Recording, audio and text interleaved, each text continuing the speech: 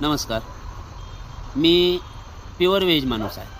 परंतु पाहुण्यांसाठी इथे मला माहिती पडलं की इथे आणेवाडी टोल नाक्यावर ताजे एकदम तळ्यातले मासे मिळतात.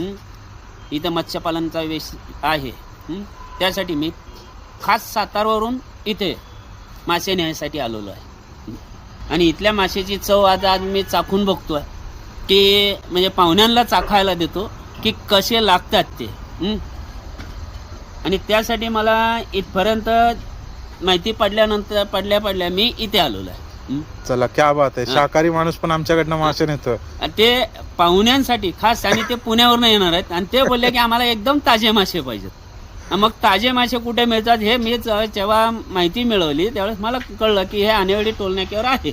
बरोबर. चला म्हणजे कुठेतरी आम्ही आहे, सक्सेस आहे आम्ही कुठे. अहो, तुमच्या माशाची ॲडव्हर्टाईज भरपूर ऐकली होती आत्तापर्यंत, परंतु आज आता टेस्ट करून पाहुण्यांना विचारतो कशी लागते. ओके, नक्की. काय नाव तुमचं एकदा सांगा. माझं नाव धनाजी निवृत्ती पिसाळ, सातारा. ओके.